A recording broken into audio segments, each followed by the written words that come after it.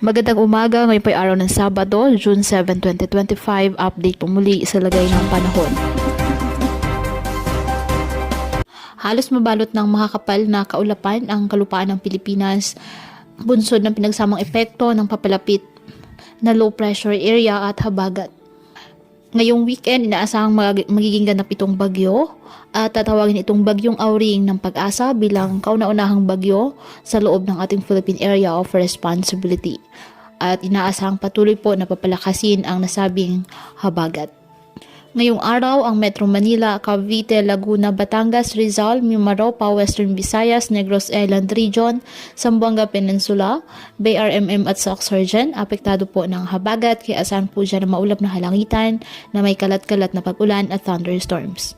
Ang Quezon, Bicol Region, nalalabing bahagi ng Visayas at Mindanao, apektado na po ng trough ng low pressure area kaya asahan na po ang maulap na kalangitan na may mga kalat-kalat na mga pag-ulan at thunderstorm.